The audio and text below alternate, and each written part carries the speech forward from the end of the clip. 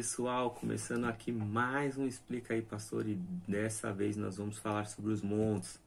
Nós vamos começar a explicar sobre alguns montes. Existem muitos montes na Bíblia Sagrada, mas nós selecionamos alguns e vamos aí falar sobre eles. Então, como a gente disse, o salmista Davi, ele fala o seguinte, num belo salmo, ele diz: os que confiam no Senhor serão como o monte de Sião, que não se abala, mas permanece para sempre. Como estão os montes à roda de Jerusalém, assim o Senhor está em volta do seu povo, desde agora e para sempre. Como é bom nós pensarmos assim, irmãos, mas por que Davi pensou dessa forma? Porque Davi fez referência aos montes. Os montes exerceram fortíssimas influências sobre o espírito do povo de Deus. Eles vislumbraram coisas maravilhosas, meus irmãos. Então imagina a importância dos montes na Bíblia e na vida dos israelitas. É muito grande. É tão grande, irmãos, que eles presenciaram grandes acontecimentos. Eu não vou contar aqui os acontecimentos para que a gente possa ver dentro desse monte o que houve e o que aconteceu, mas eles participaram e eles tiveram momentos grandes nos montes. Por isso, há uma grande verdade nisso na vida de Israel, na vida do povo de Israel. Mas a gente também vê que hoje esses montes, essas elevações são apenas memoriais. Memoriais porque hoje já não é mais tão exercido a influência política, a guerra de religiões ali é tão grande. Mas, irmãos, nós temos que pensar que existe muitos montes ali e nós vamos falar sobre alguns, né, hoje. E o primeiro monte que eu quero falar é sobre o Monte Sião. O Monte Sião, irmãos, é a mais alta montanha da Cidade Santa. Então pensa aí que é um monte grande, é uma montanha grande demais. E aí o profeta Joel até diz o seguinte: e vós sabereis que eu sou o Senhor vosso Deus, que habito em Sião, o monte da minha santidade, e Jerusalém será santidade. Estranhos não passarão mais por elas. Então veja aí, irmãos, pensa comigo, o Monte Sião era algo poderoso, era algo importante para a gente pensar, irmãos. O Monte Sião, ele era habitado pelos jebuseus. E aí Davi, quando tomou posse por completo, tanto político quanto militar de Israel, a primeira coisa que ele foi tirar o povo de Jebuseu e tomar aquele povo, tomar aquele lugar. E aquele lugar passou a ser a capital do reino de Israel. Então imagina. Mas por que isso, irmãos? Porque era uma posição privilegiada, era uma fortaleza natural para a cidade de Jerusalém. E ali, irmãos, passou-se um tempo, Davi ordenou que fosse levado a Arca da Aliança a Sião, ao Monte Sião. Então imagina, irmãos, começou a ser levado como santo aquele lugar. E aí depois tiraram a arca apenas quando foi feito o templo, o santo templo. Então Sião passou a ser uma área como a casa do Senhor. E é muito difícil a própria Jerusalém ser chamada por esse nome. Não é muito difícil isso. As pessoas falam, muitas vezes as pessoas falam, vai falar de Jerusalém e acaba falando Sião, porque é um monte também, irmãos, onde se encontra a sepultura do rei Davi, onde existe um cemitério protestante. Então é um lugar que as pessoas têm uma grande sinergia, tem algo que fala por si só sobre aquele monte. Então a gente vê que depois do exílio babilônico, irmãos, os judeus se identificaram muito mais com Sião, com a mística do Sião em si. Então a gente vê que eles começavam a lembrar desse nome e eles choravam, mas choravam de uma tal forma que se hoje a gente visse o povo chorando, nós nos preocupássemos. Mas eles tinham essa identificação, essa mística com Sião, com o Monte Sião, né? E aí a gente vê que até a igreja de Cristo é considerada Sião celestial, repleta de justiça e habitada por homens e mulheres e crianças compradas pelo sangue do Cordeiro. Então veja aí que o Monte Sião é um monte importante, é um monte que aconteceu muitas coisas. Mas também existe o Monte Moriá, meus irmãos. E o Monte Moriá, o sinônimo do Monte Moriá é sacrifício e abnegação. Pensa comigo, irmãos, esse monte, o patriarca Abraão, ele passou a maior prova da sua vida espiritual. Hoje em dia as pessoas acham que prova no ministério são coisas grandes, são coisas penosas, mas imagina a prova que Abraão passou na sua carreira espiritual. Abraão, entrega o teu filho, filho da promessa. E Abraão diz, eis-me aqui. E Abraão vai até aquele monte. Então a gente já vê que aquele monte não era um monte que era habitado por pessoas, porque senão como o próprio Abraão iria fazer um sacrifício ali. E ainda do próprio filho, imagina. Mas aí quando ele vai, faz tudo, quando ele coloca a criança ali, vem Abraão, Abraão, e ele diz, eis-me aqui.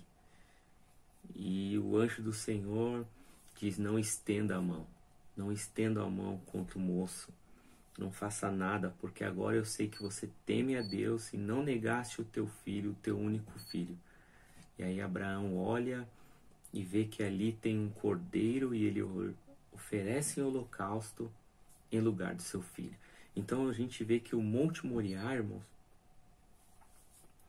ele é localizado próximo ao nível do Mediterrâneo. Ele tem ali o seu lugar específico, e a gente vê que Salomão construiu o templo naquele lugar, irmãos. Olha que interessante. Salomão tira a arca da aliança do Monte Sião e leva para onde? Para o Monte Moriá, onde foi construído o templo. Mas a gente vê, irmãos, que Salomão, ele constrói o templo, mas esse templo é destruído por Nabucodonosor. Tudo acontece nesse Monte Moriá. E depois é reconstruído e novamente destruído. Imagina, irmãos, que bagunça, né? Que coisa difícil você ver o monte sendo construído, depois o monte ser destruído, o monte ser construído novamente, depois o monte ser destruído. E hoje existe ali uma mesquita, a mesquita chamada Ornar, algo importante para os muçulmanos. E isso é uma briga grande. E aí os sábios de Israel perguntam, por que chama-se Moriá o monte? E a palavra Moriá vem da palavra Mora, que significa temor. Ou seja, desta montanha o temor de Deus percorreu toda a terra. Mas, irmãos, tem uma outra versão que vem de Ora, quer dizer luz, pois quando Todo-Poderoso ordenou haja luz, foi do Moriá que pela primeira vez brilhou a luz sobre toda a humanidade. Mas hoje, irmãos, é triste em dizer, hoje o Moriá pode ser chamado Montanha das Lágrimas, porque do templo restou apenas uma muralha, e essa muralha é a qual os judeus de todo o mundo choram o seu exílio e as suas amarguras. O Muro das Lamentações é o último resquício da glória passada de Israel. Por isso que eu digo, irmãos, para eles tem uma importância tremenda, mas passou hoje é apenas um memorial.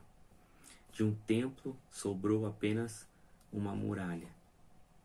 E dessa muralha é o resquício da glória passada de Israel, onde o povo hoje apenas murmura e chora o seu exílio e as suas amarguras. Mas a gente vê também que tem o Monte das Oliveiras, meus irmãos. E o Monte das Oliveiras é algo tremendo. E o Monte das Oliveiras é algo tremendo, porque fica ali o Jardim do Getsemane. E esse Monte das Oliveiras, diz a história, diz o cenário bíblico, foi onde Jesus mais esteve. Jesus orou ali. Jesus estava junto com seus discípulos. Jesus passou um grande momento ali naquele Monte das Oliveiras. E aquele Monte das Oliveiras era interessante, irmãos, porque ele tinha uma sagrada elevação coberta de oliveiras, de vinhedos, figueiras e uma série de outras árvores frutíferas e ornamentais. E era tão importante que a festa do tabernáculo foi feita com os ramos das árvores da oliveira. Ah, que maravilha! Mas nesse jardim do Getsemane, irmãos, Jesus enfrentou um dos maiores momentos dolorosos do seu ministério. Foi o momento que ele orou. Foi o momento que ele chama os seus discípulos mais próximos para orar com ele. E ali ele deixa os discípulos, se distancia e começa a orar. Porque ele estava com a sua alma angustiada. E ali ele ora, e aí ele volta, e o povo está ali, dormindo. E ele deixa eles acordados, orem, e ele se distancia, e quando ele volta, novamente eles estão dormindo. E aí, pela terceira vez, quando Cristo volta, Cristo diz a eles: como vocês podem estar orando? Tudo já está próximo. E naquele momento, irmãos, chega-se Judas. Judas chega, dá-lhe um beijo, e a partir daquele beijo, Cristo fala para ele: faça aquilo que você tem que fazer. E naquele momento, Jesus é entregue para ser morto. Morto no Monte Calvário, no Gólgota, próximo ao Monte Moriá. Tudo se interliga, meus irmãos, mas nós temos que pensar que naquele Monte das Oliveiras, Jesus foi pressionado pelos nossos pecados. Ele chorou. Ele foi esmagado por causa das nossas transgressões. E ali ele disse algo para os discípulos da seguinte forma: o espírito está pronto, mas a carne está fraca. E aí ele vai orar, e quando ele ora, ele diz: Senhor, não seja feita a minha vontade, mas a tua vontade.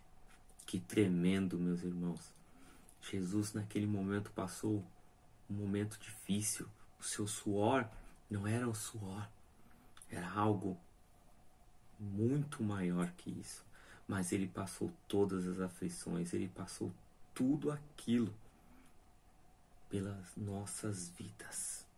Por isso nós temos que fazer o nosso melhor a Cristo Jesus. Mas aí, irmãos, para finalizar e para a gente deixar um pouquinho de quero mais, da semana que vem tem o Monte da Tentação.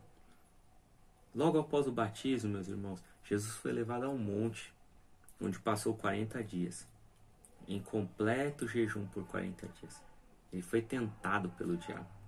Ele teve fome depois de terminar o jejum e sofreu a solidão. E essa elevação que serviu desse momento ao Salvador é conhecido como Monte da Tentação. Ele é distante, irmãos. Mas o que eu quero dizer? Ele é próximo ao Vale do Jordão. E isso, ele é rodeado de cavernas, onde os monges se refugiavam para meditar. Na realidade, irmãos, a gente tem que pensar o seguinte: as escrituras não dizem claramente que foi neste monte, o Monte da Tentação, onde o Senhor foi tentado. Entretanto, o Monte da Tentação é o único que corresponde ao cenário onde Cristo travou uma das suas mais decisivas batalhas, porque era um monte alto. Diz a história que ele ficava a quase 1000 metros acima do nível do mar. Então, por isso, Satanás pôde tentar Cristo, falando, lança-te. Mas a gente vê que Cristo não fez isso, porque Cristo venceu aquela grande batalha. E Cristo continua vencendo as batalhas. O que eu quero frisar e finalizar aqui, meus irmãos, esse primeiro vídeo sobre os montes os montes foram momentos extraordinários em que o povo de Israel viveu e passou e presenciou. Mas hoje são memoriais. Glorificado seja o nosso Senhor, que morreu, ressuscitou e nos deu vida. E nos deu a oportunidade de termos um relacionamento com Ele. Não mais em lugares, não mais em símbolos, mas face a face com Ele, em espírito e em verdade. Amém, meus irmãos? Pai, nessa hora nós terminamos mais esse Explica aí, Pastor, falando sobre os 4 montes, e eu espero que você goste. Clica aí, curte, aprenda, que nós conheçamos e prossigamos em conhecer o Senhor Jesus Cristo. Amém? Um abraço, a paz do Senhor.